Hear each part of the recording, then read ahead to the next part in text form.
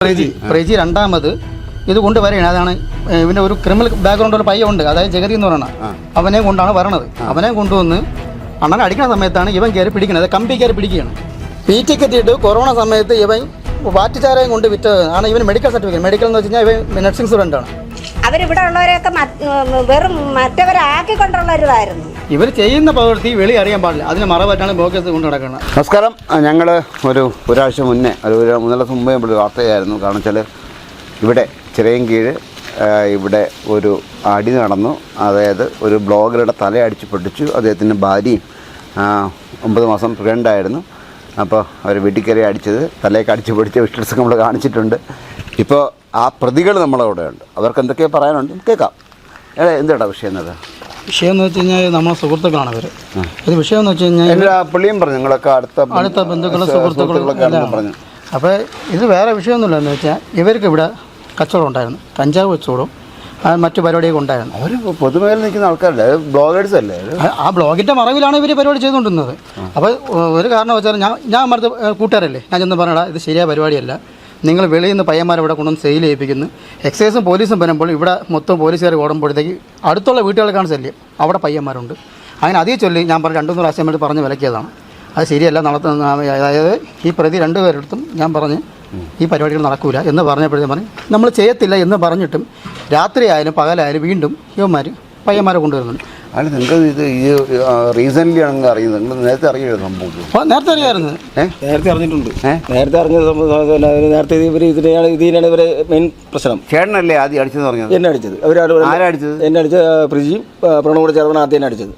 ഈ പ്രണവ് എന്ന് പറഞ്ഞത് അവന് മൂത്ത ചേട്ടൻ, ഏറ്റവും മൂത്ത ചേട്ടൻ, പ്രജിന്റെ നമ്മൾ ഈ തലപൊട്ടിയ ചേട്ടൻ.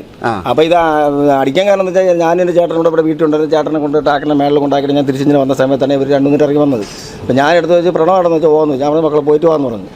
നീ നിന്നിടാൻ നിന്നെ കാത്തിനെ നിൽക്കണം എന്ന് പറഞ്ഞുകൊണ്ടാണ് ഇവർ തിരിച്ചു വന്ന് എന്നെ ഒരു 2 കൂടെ അടിക്കുന്നത്. അടിച്ച് ഉടുപ്പ് വലിച്ചേരി ഞാൻ ഇവിടെ വീട്ടിൽ നിന്നപ്പോൾ എൻ്റെ മോടെ ഉണ്ടായിരുന്നു. അതിൻ്റെ പേരിൽ ഞാൻ ഉണ്ടായിരുന്നപ്പോൾ അവൻ ഇന്നലെ ചേർമ്മയുടെ കൂടെ വന്ന് എൻ്റെ വൈഫും വന്ന് നിൻ്റെ മാപ്പിള നേടി എൻ്റെ ഭർത്താവിനെ അടിച്ചെന്ന് പറഞ്ഞു ചോദിച്ചുള്ളത് തന്നെയാണ്.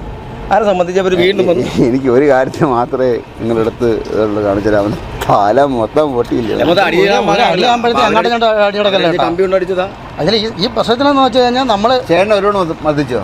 അവരോട് മതി അടി സഹിക്കാൻ മേലെ ഞാൻ അവിടെ നിന്ന് ഓടി വന്നാണ് എൻ്റെ മോൻ തിരിച്ച് പ്രതികരിച്ചു. അവനും അവൻ്റെ അച്ഛനടിച്ച് നോക്കിക്കൊണ്ടിരിക്കും. അങ്ങനെ തിരിച്ച് നമ്മളെ ഏറ്റവും മേലെ അവൻ്റെ വീട്ടിൽ ചെന്ന് എൻ്റെ വൈഫ് വിളിച്ച് വഴക്ക് പറഞ്ഞുള്ളത് തന്നെ എൻ്റെ മാപ്പിളപ്പം ചോദിച്ചുള്ളത് തന്നെയാണത്. തിരിച്ച് ട്രാക്കിൻ്റെ മേളിൽ എൻ്റെ മോൻ ചെന്നപ്പോൾ അവർ വീണ്ടും വരുന്ന ആളുമായിട്ട് കമ്പിയായിട്ട് വരും. ഒരു കാര്യം ഞാൻ ചോദിക്കട്ടെ, നിങ്ങൾ വേറെ വിചാരിക്കരുത്, ഒരു ഗർഭിണിയായ യുവതിയായിരുന്നു അത്.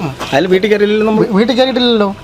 അവർ പറയുന്നുണ്ട് വീഡിയോ അടിച്ച ആൾക്കാർ അവരറിയാം വീഡിയോ എടുക്കുന്നത്. എന്തുകൊണ്ട് അവളെ അടിച്ച വീഡിയോ അവൾ എടുക്കുന്നില്ല? നമ്മൾ ആ സ്ത്രീയെ തൊട്ടിട്ട് പോലും ഇല്ല. ആ പ്രശ്ന സമയത്ത് അവളവിടെ ഇല്ല. നിങ്ങൾ 4 പേരുണ്ടായിരുന്നു? 4 ചേട്ടൻ്റെ മോനാരാ? അവൻ മാത്രമല്ലായിരുന്നു, ഞാനാണ്. അത് അവരുടെ ഏറ്റവും വലിയ കാര്യം എന്ന് പറഞ്ഞാൽ അവൻ തന്നെ. എന്നോട് അവര് പറഞ്ഞു വെച്ചാൽ എല്ലാവരും അടുത്ത സുഹൃത്തുക്കളാണ്, ബന്ധുക്കളാണൊക്കെ പറഞ്ഞിട്ട്. നമ്മളെ ഒരുമിച്ച് നടന്ന ആൾക്കാരാണ്. എന്നിട്ടാണ് എൻ്റെ അച്ഛനെ ഇവന്മാർ 2 കൂടെ അടിച്ച് അങ്ങനെ നമ്മളോട് ചെന്നാണ് ഈ പ്രശ്നം മൊത്തം ഉണ്ടാകുന്നത്. ചേട്ടന് ഞാനിത് കേട്ടാണ് ഇവിടുന്ന് അങ്ങോട്ട് ചെന്നത്. അപ്പോൾ 2 കൂടെ കൊച്ചപ്പനെ അടിച്ചോണ്ടിരിക്കുന്നുണ്ട്. അപ്പം നമ്മൾ അവിടെ നിൽക്കുകയായിരുന്നു വെറുതെ. ഈ മറ്റേ ഈ അടി തല പൊട്ടി കക്ഷി അവിടെ ഇല്ലായിരുന്നല്ലോ സമയത്ത്? അതിനാണ് രണ്ടാമത് വന്നതാണ് ഇവർ. ഞാനാണ് സ്റ്റേഷനിൽ വിളിച്ച് പറയണത്, സാറേ ഇതിനൊക്കെ ഒരു പ്രശ്നമുണ്ട്. അപ്പോൾ അവർ പറഞ്ഞു വെച്ചാൽ ആ പുള്ളിക്കാരന്മാർ സ്റ്റേഷനിൽ നിൽപ്പുണ്ടെന്ന് പറഞ്ഞു. അങ്ങനെ തിരിച്ച് ഇവൻ വന്നിട്ട് ഇവനും വേറൊരു പ്രതി ഉണ്ടായിരുന്നു. അതായത് ഒരു ക്രിമിനൽ കേസിലെ പ്രതിനെ കൊണ്ടാണ് ഈ അടി കിട്ടിയത്. അതായത് തലയ്ക്ക് അടി കിട്ടിയ പുള്ളിക്കാരൻ ഒരു ക്രിമിനൽ കേസിലെ പ്രതിയെ കൊണ്ടാണ് ഇവിടെ വന്നത്. ജഗതി എന്ന് പറയും, ക്രിമിനൽ കേസിലെ പ്രതിയാണ്. അത് കുന്നിലുള്ളതാണ്. ഒരുപാട് വാറണ്ട് കേസിലെ പ്രതിയാണ്. അവനെ കൊണ്ടാണ് വന്നത്. അവനെ കൊണ്ട് വരണ സമയത്ത് അണ്ണൻ അടിക്കണ സമയത്താണ് ഇവ കമ്പിയിട്ടാണ് അടിക്കണത്. മനസ്സിലായില്ലേ? രണ്ടാമത് പ്രതിയുടെ ചേട്ടനാണ് പുള്ളി അടി കിട്ടിയ കക്ഷിയാണ്. അല്ലല്ല, അടി കിട്ടിയ, അതായത് തല പൊട്ടിയെന്ന് പറഞ്ഞില്ലേ പ്രജി രണ്ടാമത് ഇത് കൊണ്ടുവരികയാണ്. അതാണ് ഇവൻ്റെ ഒരു ക്രിമിനൽ ബാക്ക്ഗ്രൗണ്ടുള്ള പയ്യുണ്ട്, അതായത് ജഗതി എന്ന് പറയുന്നത്. അവനെ കൊണ്ടാണ് വരണത്. അവനെ കൊണ്ടുവന്ന് അണ്ണൻ അടിക്കുന്ന സമയത്താണ് ഇവൻ കയറി പിടിക്കുന്നത്, കമ്പി കയറി പിടിക്കുകയാണ്. അങ്ങനെയാണ് വീണ്ടും അടിയാവണത്. ആദ്യത്തെ അടിയിൽ അണ്ണനാണ് അടി കിട്ടിയത്. ഓ ശരി. ഇതാണ് നടന്നത് സംഭവം. ചേട്ടൻ എങ്ങനെയാണ് അവിടെ പോയത്? ഞാനൊരു ചേട്ടനും കൂടെ, എൻ്റെ ചേട്ടൻ അക്കരെ അപ്പുറത്താണ് താമസിക്കുന്നത്, വൈദ്യുതി സ്ഥലത്താണ് താമസിക്കുന്നത്. അപ്പോൾ അത് എന്നെ കാണാൻ വന്ന് നമ്മളിവിടെ ചില മരുന്ന് കഴിച്ചിട്ട് നേരെ ട്രാക്കിൻ്റെ അപ്പുറത്താകാൻ പോയി. എന്തിനാണ് ഉടക്കുണ്ടായത്? എന്തിനാണ് ഉടക്കുണ്ടായ കാര്യമാണ് പറഞ്ഞാൽ വരുന്നത്. വെളിയിലെ പയ്യന്മാർ വന്നപ്പോഴെന്ന് വെച്ചാൽ അവിടെ പ്രണവടെന്ന് വെച്ചാൽ പോകാമെന്ന് പറഞ്ഞു. അപ്പോൾ അവർ നിന്നെ കാത്തിനടിക്കണം പറഞ്ഞാൽ അവർ എന്നെ അടിക്കുന്നത്. ഒരു ആവശ്യമില്ലായിരുന്നു. ഇതാണ് സംഭാഷണം നടന്നത്. അപ്പൊ ഈ നേരത്തെ എന്റെ മോൻ ഇവരെ കൂടെ ആയതുകൊണ്ട് പേരിൽ ഞാൻ വാണിംഗ് കൊടുത്തിട്ടുണ്ട്. നിങ്ങളെ ഇപ്പോഴുള്ള പിള്ളേരെ ഞാൻ ചീത്തയാക്കലെന്ന് പറഞ്ഞിട്ടുണ്ട്. അവർ ചെറുപ്പക്കാർക്ക് അറിയാൻ പറ്റും ഇവർ അവിടെ കഞ്ചാവ് ചെടികളുണ്ട്. ഉണ്ടായിരുന്നു ഇവർക്ക് മറ്റേ MDMന്റെയും നൈട്രോസണിന്റെ ഒക്കെ കച്ചവടം ഉണ്ടായിരുന്നു. നിങ്ങളത് അറിയാൻ എന്തിനാ പോലീസ് പറയാത്തത്? അകത്തുമായിട്ടുണ്ടല്ലോ 40% അതല്ല ഇവർക്ക് ചെറിയ കേസാണ്. ഇവർ പറയുന്നുണ്ടല്ലോ ഒരു ഗുളിക വിറ്റ കേസിൽ ഇവർ ചെറിയ കേസെന്നാണ് ഇവർ പറഞ്ഞത്. ഇത് അവർക്ക് ചെറിയ കേസ്. പക്ഷേ നിയമപരർക്ക് ചെറിയ കേസല്ലാത്തതാണ് ഇവർ 45 റിമാൻഡ് കിടന്നത്. 200 ആരാണ് ഈ പ്രജിൻ്റെ വൈഫ് എന്ന് പറഞ്ഞാൽ ദർശന എന്ന് പറയുന്നത് കേസിൽ പ്രതി കിടന്നിട്ടുണ്ട്. 45 ദിവസം കൊണ്ട് അവരെ ജയിലിൽ കിടന്നിട്ടുണ്ട്. എന്നിട്ട് ഇറങ്ങി വന്നിട്ടാണ് ഇവർ പറഞ്ഞത് അത് അവർക്ക് ഇപ്പോൾ ഈ വീഡിയോയിൽ പറഞ്ഞിട്ടുണ്ടായിരുന്നു. അവർ ഈ വ്ളോഗേഴ്സ് അല്ലേ പറഞ്ഞിട്ടുണ്ടായിരുന്നു നമുക്കിത് ചെറിയ കേസായിട്ടാണ് തോന്നുന്നതെന്ന് പറഞ്ഞാൽ. അത് നിയമപാലകർക്ക് ചെറിയ കേസല്ലാത്തതുകൊണ്ടാണ് 45 ദിവസം റിമാൻഡ് ചെയ്തത്. പോരാത്തതിന് ഇവരെ നിങ്ങൾ ഇത്രയും കാലമായിട്ട് അവരുമായിട്ട് സഹകരിച്ചു വന്ന ആൾക്കാരല്ലേ? അത് ഉറപ്പായിട്ടും. അപ്പോഴത്തേക്കും അറിയില്ലായിരുന്നോ? അത് നമ്മൾ അറിഞ്ഞു നമ്മൾ ആദ്യം ഞാൻ പറഞ്ഞിട്ടുണ്ടല്ലോ ഇതൊന്നും ശരിയായ പരിപാടി അല്ലെന്ന് പറഞ്ഞു. അതെ നമ്മൾ പറഞ്ഞു വിളക്കാനല്ലേ പറ്റുള്ളൂ. അപ്പോൾ ഇത് പറഞ്ഞു വിളക്കുമ്പോൾ ഇവിടെ പയ്യന്മാരെ വെളിയിൽ നിന്ന് കൊണ്ടുവരല്ലെന്ന് പറഞ്ഞാലാണ് യുവമാർക്ക് ഇത്ര പ്രശ്നം. കാരണം ഇവിടെ ആകുമ്പോൾ സേഫാണ്. അവർ വീടിൻ്റെ വഴി വരുന്ന വെച്ചാൽ ആരും അങ്ങോട്ട് പോകുന്നില്ല. ഒരു ഒഴിഞ്ഞ വീടും ഉണ്ട്. അത് തന്നെ ഭയങ്കര സേഫാണ്. അപ്പോൾ അവർ ആരും വരത്തില്ല. ഒഴിഞ്ഞ സ്ഥലമായതുകൊണ്ട് ആരും വരത്തില്ല. അപ്പോൾ ഇവർക്ക് അത് സേഫായിട്ട് ഇവർ അവിടെ വെച്ച് നടത്തുകൊണ്ട് പിന്നെ ഇവർ പറയണമെന്ന് വെച്ച് കഴിഞ്ഞാൽ ഇവർ ഇന്നുവരെയ്ക്ക് ഒരു കേസുകളും ഉണ്ടാക്കിയിട്ടില്ലെന്ന് വെച്ചാൽ PT എത്തിയിട്ട് കൊറോണ സമയത്ത് ഇവൻ വാറ്റുചാരയും കൊണ്ട് വിറ്റതാണ്. ഇവൻ മെഡിക്കൽ സർട്ടിഫിക്കറ്റ് മെഡിക്കൽ എന്ന് വെച്ച് കഴിഞ്ഞാൽ ഇവൻ നഴ്സിംഗ് സ്റ്റുഡൻ്റാണ്. PT എത്തിയിട്ട് കൊറോണ സമയത്ത് ഇവൻ വാറ്റുചാരയും കൊണ്ട് വിറ്റതാണ്. ഇവൻ മെഡിക്കൽ സർട്ടിഫിക്കറ്റ് മെഡിക്കൽ എന്ന് വെച്ച് കഴിഞ്ഞാൽ ഇവൻ നഴ്സിംഗ് സ്റ്റുഡൻ്റാണ്. വാറ്റുചാരായം വിറ്റ കേസിൽ പ്രതി ആയിട്ടില്ല. പക്ഷേ ഇവനെ പിടിക്കാന്ന് വെച്ച് കഴിഞ്ഞാൽ ഇവൻ മെഡിക്കൽ കോളേജിൻ്റെ ഇതുണ്ടല്ലോ നഴ്സിംഗ് സ്റ്റുഡൻ്റ് അല്ലേ അതിൻ്റെ ബാക്ക്ഗ്രൗണ്ട് ഉള്ളതുകൊണ്ട് ഇവനെ കൈ കാണിച്ചാലും ഞാൻ വാഴിച്ചുണ്ട് അങ്ങനെ പോയിട്ടുണ്ട്. പിന്നെ ഇവരെ ഭാവി തകർത്തത് ഇവർ പറഞ്ഞു ഒരു വാർത്തക്കാരെല്ലാം പറഞ്ഞിട്ട് ഇവരെ ഭാവി തകർത്തത് ഇങ്ങനെ അന്ന് ഗുളിക വിറ്റലാണെന്ന്. അതിനുശേഷം എന്തെല്ലാം കേസുകളുണ്ടായി. ഇപ്പോൾ ഇവർ ചെറിയൊരു പരിപാടി വീണ്ടും തുടങ്ങിയിട്ടുണ്ട്. ഇവർ മറ്റേ ചുരണ്ടി ഐസ്ക്രീം എന്ന് പറയുന്നുണ്ട്. ഇവർ ചുരണ്ടി ഐസ്ക്രീം എന്ന് പറഞ്ഞ പരിപാടി ഇവിടെ തുടങ്ങിയപ്പോൾ ഇവിടെ താഴമ്പള്ളിയിൽ നിന്നാണ് ഇവർ ആദ്യം ഐസ് എടുത്തുകൊണ്ട് വന്നത്. അതായത് അമോണിയം ചേർത്ത ഐസ് മീനിടാൻ വേണ്ടി മാത്രം ഉപയോഗിക്കുന്ന ഐസ്.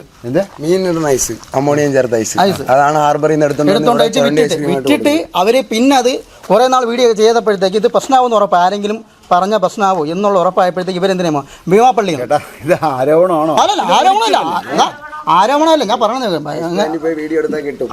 നമ്മൾ ഭീമാപ്പള്ളി അവരിട്ട് വീഡിയോ ഇട്ട് ഭീമാപ്പള്ളി പോയാണ് പുത്തൻ ഐസ് അതായത് പുത്തൻ ഐസ് അവർ ഉപയോഗിക്കാൻ പറ്റുന്ന ആൾക്കാർ കുടിക്കാൻ പറ്റുന്ന ഐസ് ഇവർ എടുത്തുകൊണ്ട് വന്നതാണ് പറയണത്. ഇവിടെ നിന്ന് ഭീമാപ്പള്ളി പോണ ഏകദേശം 1200 ഓട്ടോ ഉണ്ട്. ഒരു 100 രൂപ ഐസ് എടുക്കാൻ വേണ്ടിയിട്ട് അവിടെ നിന്ന് പോയിട്ട് ഒരു ദിവസം ബ്ലോക്ക് ചെയ്ത് ബാക്കി ഐസ് അവിടെ നിന്ന് എടുക്കും. താഴമ്പള്ളി തന്നെ എടുക്കുന്നത്. ഞാനിപ്പോൾ ഈ നാട്ടിൽ ഒന്ന് വാർത്തയാണ്. അമ്മ ഇതൊക്കെ വാസ്തവമാണോ? തെറ്റ് ചെയ്യാൻ എനിക്ക് പറയില്ല. ഇതെല്ലാം വാസ്തവം തന്നെ.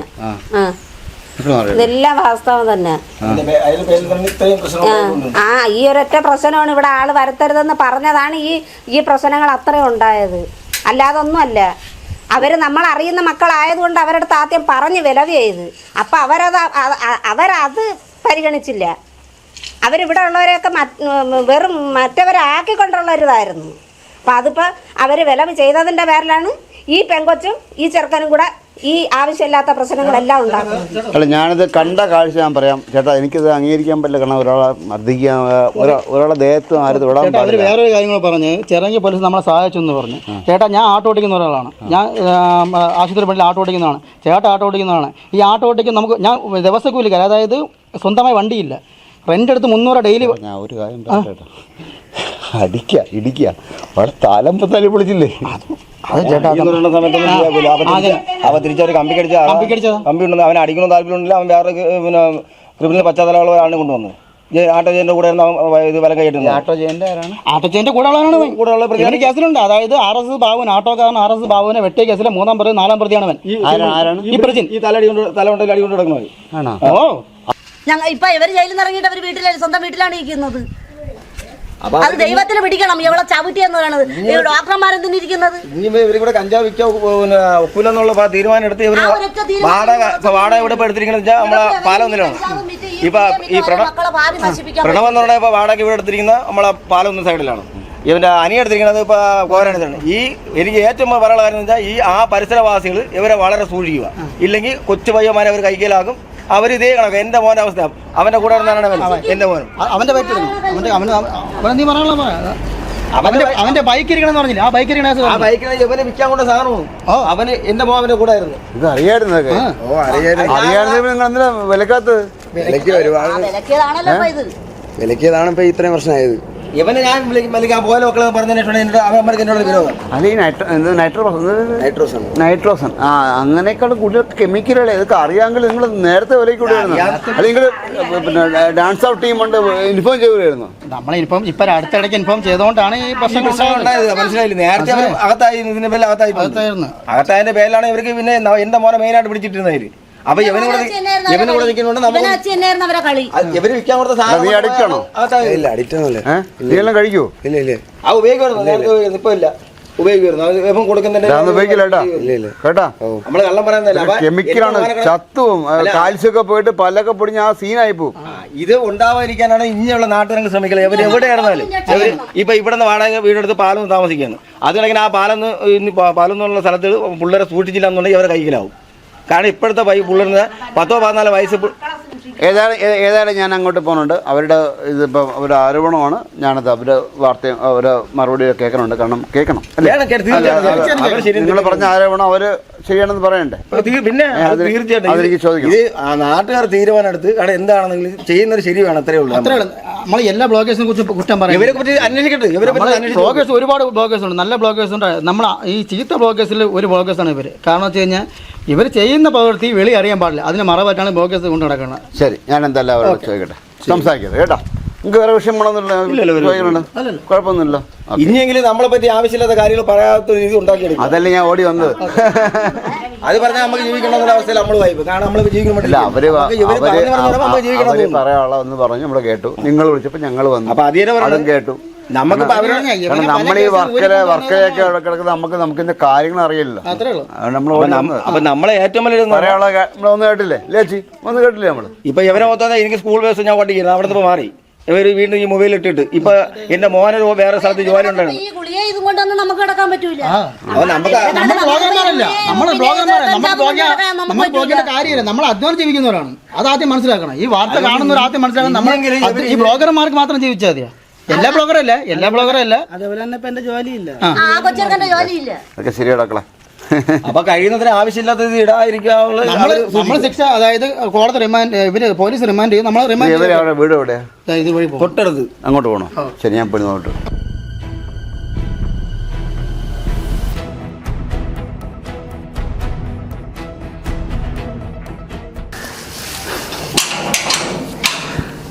ഞങ്ങളെന്തായാലും അവരുടെ വാർത്ത അവർ പറഞ്ഞതെല്ലാം കേട്ടു. ഞങ്ങൾ അവരെ വീട്ടിൽ വന്നു. അവരെ വിളിച്ചായിരുന്നു. രാവിലെ ഞാൻ വരുമെന്ന് പറഞ്ഞായിരുന്നു, വിളിച്ചായിരുന്നു. പക്ഷേ അവർ പൂട്ടിയിരിക്കുകയാണ്, ആരുമില്ല. ഒരവസ്ഥയാണ്. എന്തായാലും 2 ഭാഗങ്ങളും ആദ്യത്തെ വാർത്ത നമ്മൾ ചെയ്തു, രണ്ടാമത്തെ അവരുടെ ഭാഗം കേട്ടു. ഒരു ഭാഗം കേട്ടപ്പോഴത്തേക്ക് തന്നെ ഞാൻ അവരെ വിളിച്ചായിരുന്നു, ഞങ്ങൾ വരുമെന്ന് പറഞ്ഞായിരുന്നു. അതിന് റെക്കോർഡിങ്സ് തന്നെ ഉണ്ട്. അവർ വരാൻ വേണ്ടി പറഞ്ഞതാണ്. പക്ഷേ വീട് പൂട്ടിയിരിക്കുകയാണ്. ഇതിലും സത്യം നിലയ്ക്കേണ്ടത് പോലീസാണ്.